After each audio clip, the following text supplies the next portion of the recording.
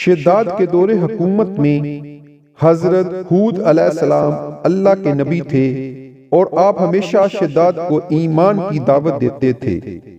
ایک دن شداد نے پوچھا، اگر میں آپ کی باتوں پر ایمان لے آؤں تو اللہ مجھے کیا انعام دے گا؟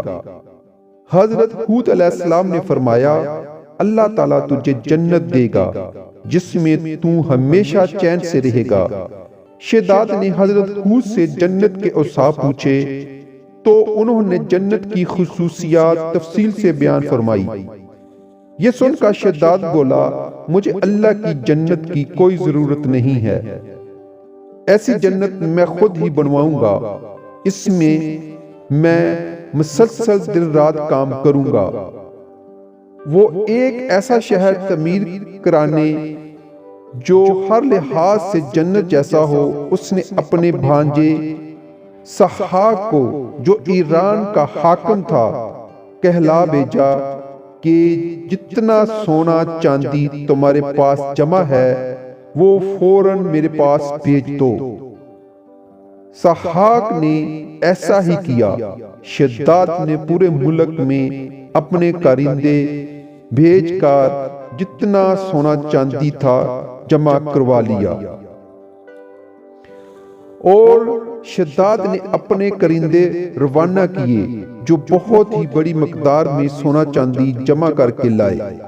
شداد نے جنت بنانے کے لیے ملک شام میں ایک صحت افزا مقام کا انتخاب کیا اور معماروں کے ذریعے وہاں ایک مضبوط اور مستحکم فصیل تعمیر کرائی، جس کے اندر سونے اور چاندی کا محل تعمیر کرایا۔ اس کی دیواروں کو قیمتی جواہر سے سجایا۔ اس نے شہر کے وسط میں ایک ایسی نہر بنوائی جس کے پانی میں سنگریزوں کی بجائے ہیرے جواہرات بہتے تھے۔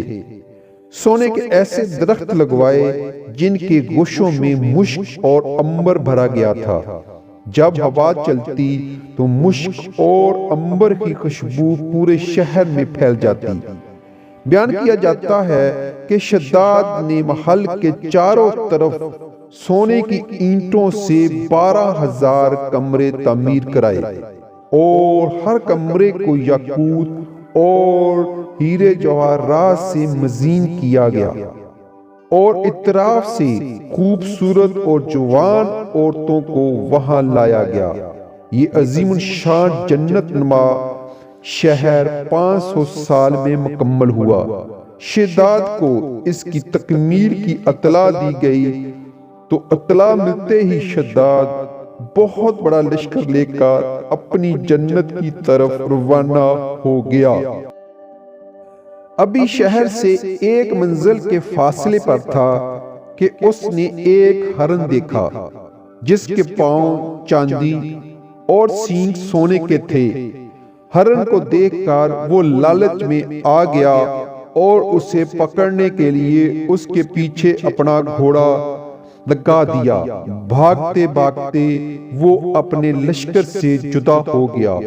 اس نے شداد کو پکار کر کہا، شداد، تو نے عالی شان محل تعمیر کر کے یہ سمجھ لیا کہ اب تو موت کے پنجے سے بھی آزاد ہو چکا ہے؟ یہ سن کر شداد کارواں کانپنے لگا اور اس نے پوچھا، تو کون ہے؟ اس نے جواب دیا، میں ملک الموت ہوں۔ شداد نے کہا، اس وقت تمہیں مجھ سے کیا کام ہے اور میری راہ میں کیوں روڑے اٹکا رہا ہے؟ ملک موت نے کہا، میں صحرا میں تیری روح قبض کرنے آیا ہوں۔ شداد نے کہا، مجھے کم از کم اتنی مہلت دے دو کہ میں اپنی بنائی ہوئی جنت کو اپنی آنکھوں سے دیکھ لوں۔ ملک موت نے اجازت نہ دی، چنانچہ شداد گھوڑے سے گرا اور مر گیا، اور اس کے لشکر نے ایک آسمانی بچھاڑ سنی تو پورے کا پورا لشکر آنے وقت میں ختم ہو گیا اور جنت جانے کے بجائے ملک عدم پہنچ گیا۔